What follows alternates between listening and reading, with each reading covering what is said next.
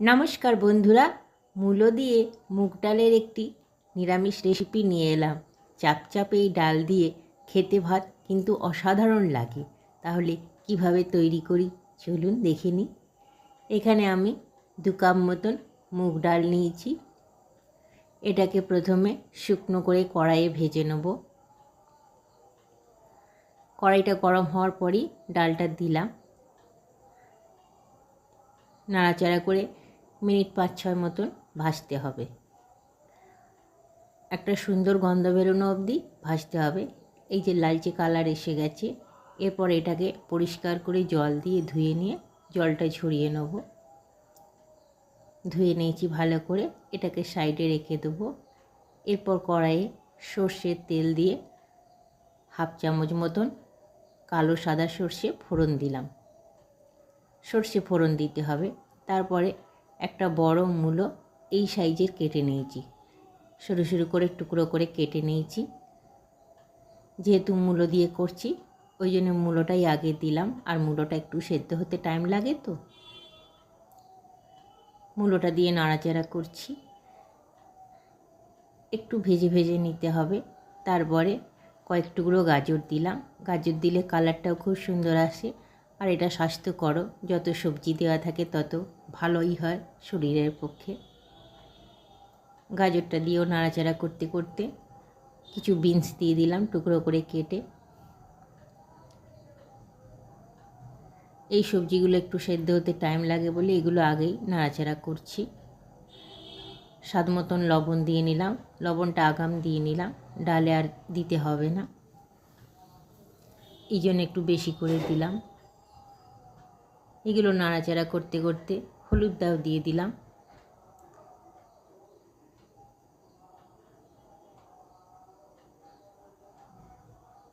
এরপরে একটুখানি আদা নিয়েছি, এটা কুড়ে তারপরে দিয়ে দেবো। খোলাটা ছাড়িয়ে কুড়ে নেব, তারপরে এটাও দিয়ে দিলাম।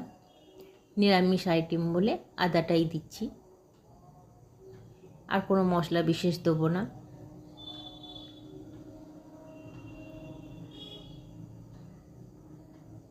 একটা লঙ্কা চিড়ে দিয়ে দিলাম। ডালে বিশেষ ঝাল লাগে না, তাও একটা লঙ্কা চিড়ে দিয়ে দিলাম। এরপরে ধোয়া ডালটা দিয়ে দিলাম।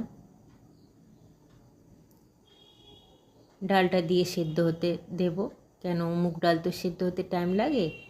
আপনারা চাইলে প্রেসারে আগাম সিটি দিয়ে নিতে পারেন, কিন্তু আমি এখানে ডালটা সবজিগুলোর সঙ্গে মিশিয়ে কম আঁচে সেদ্ধ করছি।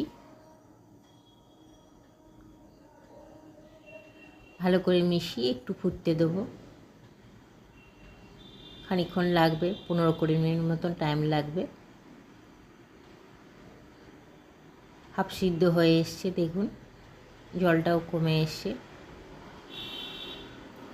এই সময় একটু গরম জল দিলে আর একটু বাড়বে। আর যদি চাপচাপ খেতে চান তাহলে বেশি জল দেওয়ার দরকার নেই। যদি একটু পাতলা খেতে চান তাহলে একটু গরম জল দিতে পারেন। ডালটা অর্ধেক সেদ্ধ হওয়ার পরে একটা ছোট টমেটো কেটে নিয়েছিলাম, সেটাও দিয়ে দিলাম। টমেটো দিলে খেতে ভাল লাগে। নিরামিষ যত সবজি দেওয়া যায় ততই এই ডালটা খেতে ভাল লাগে। এখানে মূলোটাই করছি বলে মূলোটা আগে দিয়েছি। ফুলকপি দিয়েও করা যায়, কিন্তু আমি এখানে মূলো দিয়ে করছি। একটু চিনি দিয়ে দিলাম, নিরামিষ ডাল তো একটু চিনি দিলে ভাল লাগে।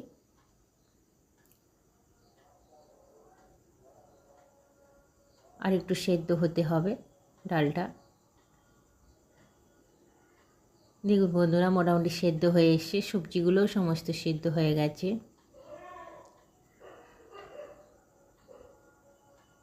এরপর এটাকে সাইড করে রেখে একটু ফোড়ন তৈরি করব। একটা কড়াই বসিয়ে একটু সর্ষের তেল দিয়ে দিয়েছি। তার মধ্যে 2-3টে শুকনো লঙ্কা ভেঙে দিয়ে দিয়েছি। লঙ্কাটা ভাজা হবে যতক্ষণ লাল করে, তারপরে কারি পাতা দেবো। ওই জন্য কারি পাতাটা এখন দিলাম না। একটু নাড়াচাড়া করে লঙ্কাটা একদম লালচে করে ভাজবো। পোড়া গন্ধ বেরোলে তারপরেই কারি পাতাটা দেবো। শুকনো কারি পাতাই আমি এখানে দিলাম, শুকিয়ে রেখেছিলাম। কারি পাতা দিয়ে নাড়াচাড়া করছি। এখানে 1 চিমটে হলুদ দিলাম, একটা কালার আসবে বলে। ফোড়নটা ভাজা হয়ে গেছে, মোটামুটি ধোঁয়া বেরিয়ে গেছে, পাতাগুলো ফ্রাই হয়ে গেছে। এরপর এই ফোড়নটা ডালের মধ্যে ঢেলে দেবো ওপর থেকে। এই ফোড়নের গন্ধটা খুব সুন্দর লাগে ডালের সাথে, কারি পাতা আর শুকনো লঙ্কা। ডালটা এইভাবে রাঁধলে খুব খেতে ভালো লাগে।